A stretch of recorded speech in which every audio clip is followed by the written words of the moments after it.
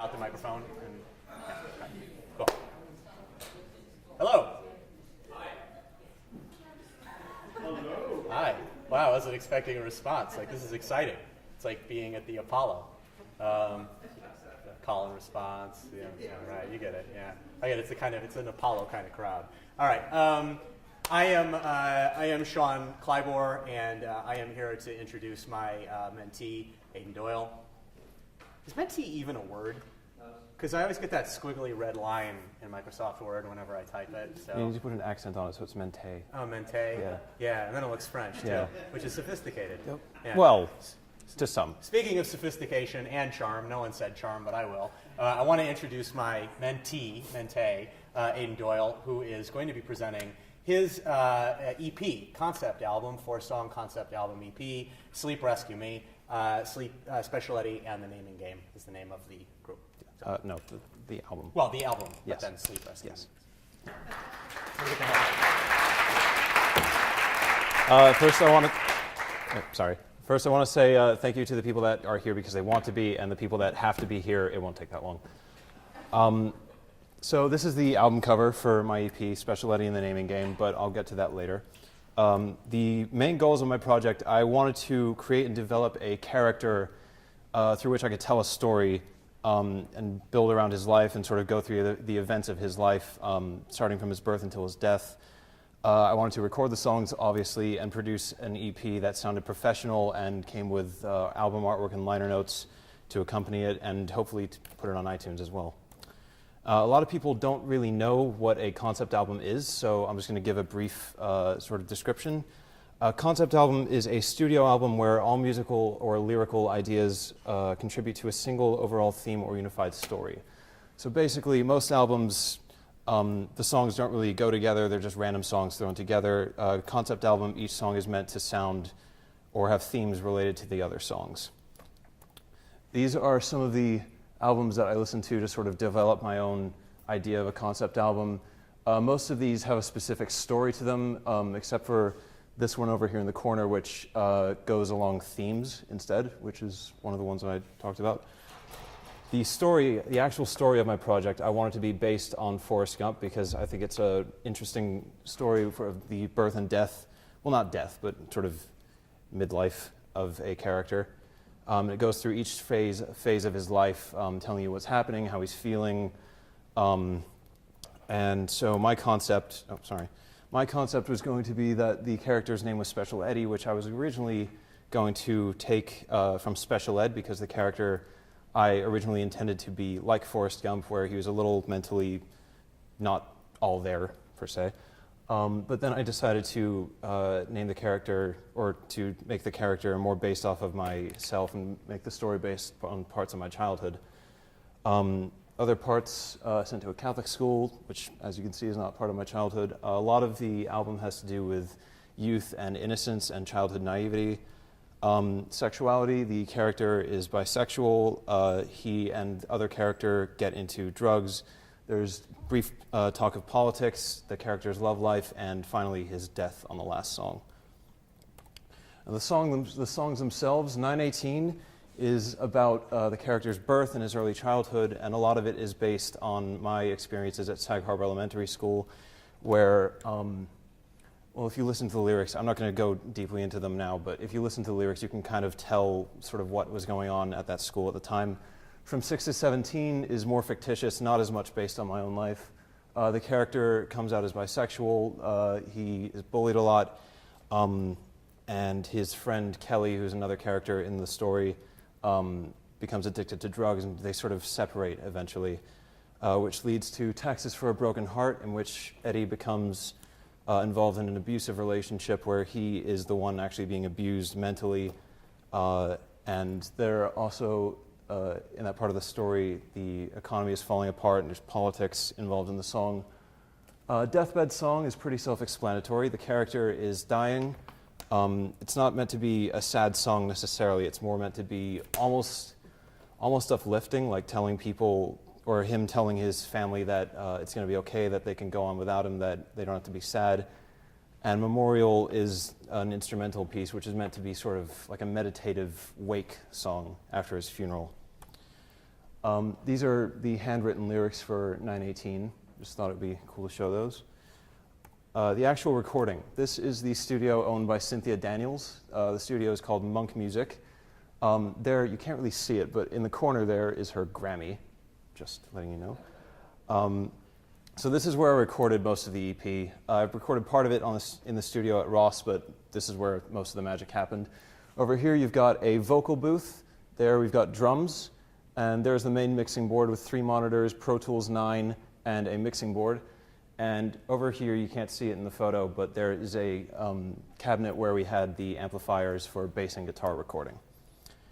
I was lucky enough to have Mike Guglielmo, who's a part-time teacher here, record drums for me. I think he did a really, really good job. Aubrey Jowers, my friend who went here for a long time, a lot of you probably know him, recorded bass and background vocals on the songs. And Naomi Tankel recorded guest vocals on Deathbed Song. I think she did a really good job, so yay. And then an interesting part of the writing process for me was on Taxes for a Broken Heart. I decided to have choir vocals, which was completely new to me. I didn't really plan on having that originally because I wrote the song when I was in 9th grade, and then just over the summer of 2013, I got this idea and sort of developed it within one night actually, and had this 2-part choir piece that lasts about 50 seconds, and I'm going to actually play it for you. These are lyrics to it. I can't get any louder.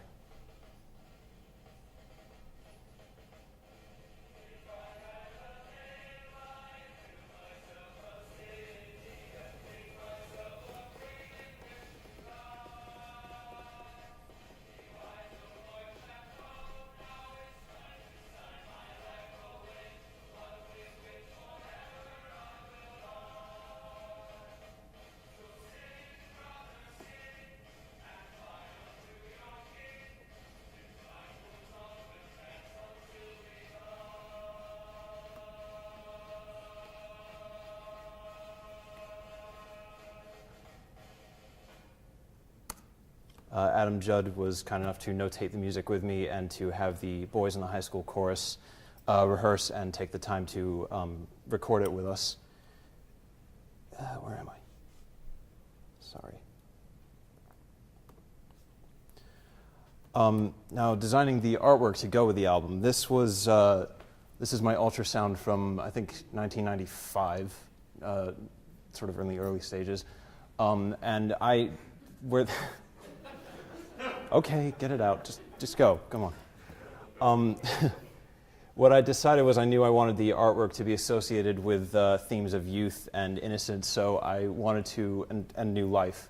So I used my own ultrasound image for this, but I had no idea how to use Photoshop or any software of any kind really for designing an album cover. So what we did was we sent the image to our friend named Philip Yarnell, who designs material for AC/DC, Jimi Hendrix, and Metallica, and he came up with these. And I chose the middle one because to me it looks like the character sort of going through phases of his life, which is the exact intention of the story of the album. And so after going back and forth expressing like what I wanted in the artwork and what I wanted changed, we came up with this.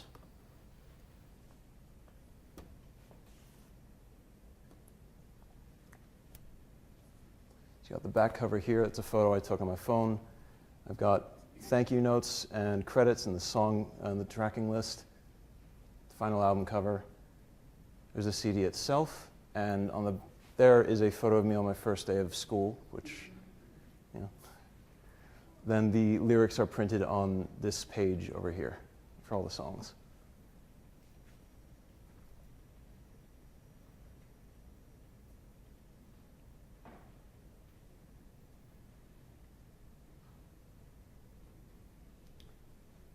So that's that. Those should be here in about 2 weeks, and they're $10 a copy if anybody wants one. Just letting you know. Challenges. One of the main challenges, of course, was money. I had to work 2 jobs all summer just to be able to afford barely enough actually to pay for recording and for materials that I needed to bring this together. Songwriting. I only had 2 of the songs written. I only had From 6 to 17 and Taxes for a Broken Heart pre-written to go with the album. I still need to write 918 and Deathbed Song, but of course I didn't know the titles at that point. And Memorial sort of came by accident on Thanksgiving Day. I was just playing around my uncle's guitar and came up with it. Time management. I basically just had no idea like how to manage as many people as I was working with, and to find time slots for each one of them, because everybody would have a different schedule that I had to work around and be considerate towards. Finding people to work with. Mostly it was pretty easy. I had a producer, Julie Trudden, and Cynthia Daniels to work with me. I had myself and Aubrey Jowers to play bass for me, but I had to find a drummer that would be available to play. And I settled on, well, not settled, I was very happy about finding Mike Guglielmo actually to play drums. Setting standards for production and mixing. I knew how I wanted the whole thing to sound, but when you have someone else producing, you can get a little sort of almost defensive about how you want it to sound. So I would go back and say, oh, I want this changed and this, and I would constantly be coming up with new things. An album artwork, like I said, I had no idea how to design any of it. I didn't know how to upload the material to a PDF file to put on Disc Makers, which is the website that I got the CDs from. What I've learned, more diverse songwriting skills, mainly. I had never written classical choir music before, if it is classical sounding, I don't really know the terminology. And I didn't really write acoustic music before, but on Deathbed Song, that was something that I managed to impress myself with, writing acoustic music. Recording in a professional studio. Like I said, Cynthia, who owns the studio, had won a Grammy, so that can be a little intimidating when you walk in to record and you see that and you have sort of higher expectations of yourself at that point. And managing a project of this size, it was just something so huge at first that I never envisioned myself completing. I'd always wanted to do this and sort of had no idea how I'd actually put it together because it was such a huge project. So many different parts coming together, and I had to work with so many different people to actually put it together, but it worked out better than I expected actually, so it's good. I do intend to go to college to learn how to be an audio engineer in a studio, and I want to record my own material and hopefully, this is like a childhood type of fantasy, but hopefully tour with a band and constantly record music and just have a good life doing that. I want to say thank you to my entire family for being really supportive throughout the whole project. I want to thank Sean Clybour for being a pretty awesome mentor, actually. Yeah. Because we didn't know each other at the beginning of this, did we? No, we didn't. Yeah. Aubrey Jowers and Zebulon Jowers, Aubrey for playing bass and doing background vocals, and Zeb Jowers because the three of us, we wrote From 6 to 17 together. It was really fun. Julie Trudden, who is not here, she produced most of the EP. Cynthia Daniels of Monk Music Studios helped her as well. Mike Guglielmo for playing drums. Adam Judd for taking the time to notate and rehearse my choir music with the chorus, or chorus music with the chorus, sorry. The Ross High School Chorus for taking the time out of their own schedule to record it with us. Naomi Tankel for doing background vocals on Deathbed Song and doing a really awesome job at it, despite what she thinks. And Philip Yarnell for making an amazing design out of what the CD will look like. That didn't make any sense. For doing an awesome job at coming up with album artwork and liner notes and just completely understanding what I wanted to have and project out of the CD.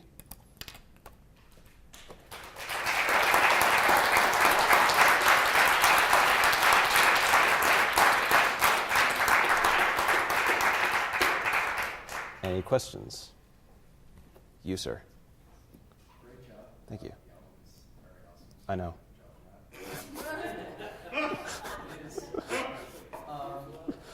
What was your process in actually writing the music? Did you write notation, or did you just kind of play around with it? The way I write music, I'm taking music theory right now to be able to read music, but I can't really write or read sheet music. I had, as I said, 2 of the songs already written. I wrote Taxes for a Broken Heart in 9th grade and From 6 to 17 in 10th grade. The others just kind of, I don't know, I started writing 918 in the middle of a class, actually. I probably shouldn't say that, but I had the tune in my head and I started writing the lyrics in a class. And then Deathbed Song, I started writing that over the summer, and I just sort of knew how I was going to have the ending sound, because it was going to be a very intense, melodic, yet still very heavy sound to it. And then I wrote the acoustic music, actually by accident. I think I was trying to play another song and just messed up and accidentally played that and just sort of kept it. So yeah, that was essentially my writing process for this. And then, of course, we changed things as the album was coming together, and usually for the better, and always for the better. It just sounded really good eventually. When you reflect on it, how do you feel like the project has changed you? Has it not? Well, the way I feel is that the character is sort of an emulation of myself, so now I feel sort of more connected with the character himself as sort of a representation, sort of almost like an alter ego to myself.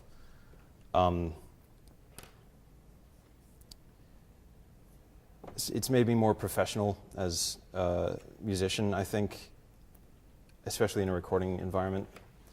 And now I know how to sort of behave in a studio, and to work with professionals, and to not complain too much about what they're doing with it. Yeah, does that answer your question? I'm sorry. Cool. There's no right answer.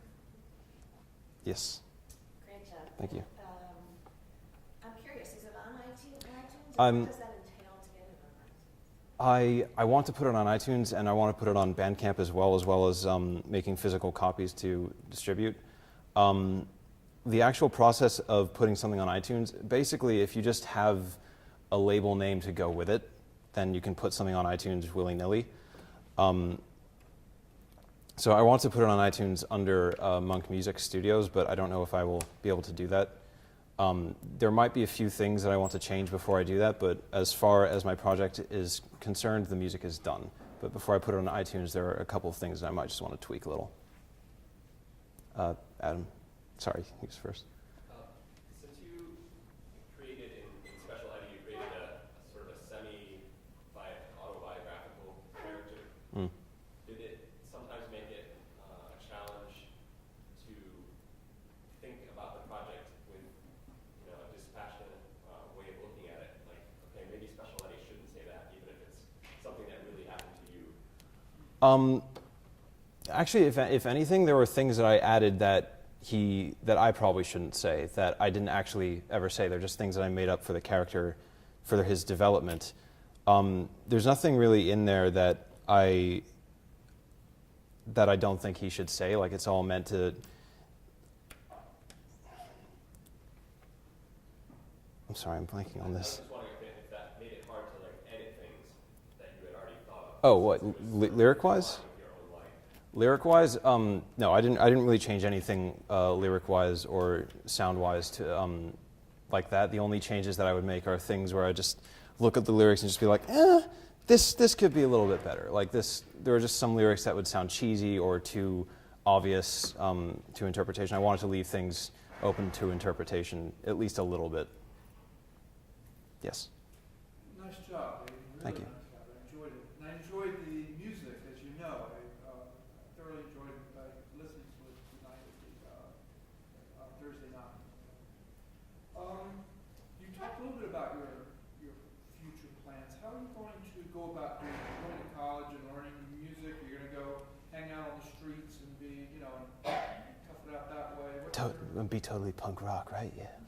No, I've applied to CCNY in Manhattan, hopefully to get into the Sonic Arts program where I can study, I think for 3 years in a professional recording studio environment and just work as much as I want on Pro Tools. It's just all the latest gadgets. I can go in there and do whatever I want and work with my own material and bring in other bands. I can record other bands at my own will. And so hopefully I will eventually be able to work for an actual label, small or big, or maybe even under my own label if that becomes a thing. And just I want to just work in a studio to make music because it's amazing. It's an amazing experience. Yes? What song are you most proud of? In what sense? Like how it sounds or passionately or reversing the question? Well, either the way it sounds or how much work you put into it. The amount of work that I put into a song, I don't know, I put in different amounts of work into each of them for different reasons. The easiest one to record was probably from 6 to 17 because I just had it down I had it down for such a long time and I just knew it so well and Aubrey knew it really well. The most difficult one to record was probably Taxes for a Broken Heart because, well, we had to sort of slice it up into different chunks of recording time because we had to record drums, which the whole drum session for all the songs took 6 hours, and a lot of it was spent on that song because it's a very fast-paced and song with a lot of drum changes. So Mike had to go back and re-record things, and I had to explain how something needed to sound. And then we also had to come and record the choir, which took not that long actually, if I think about it, but it was like setting up the time in which to do it and the practice that the chorus had to go through to do it. That I think combined was probably the most strenuous song to record. Anybody else? Okay.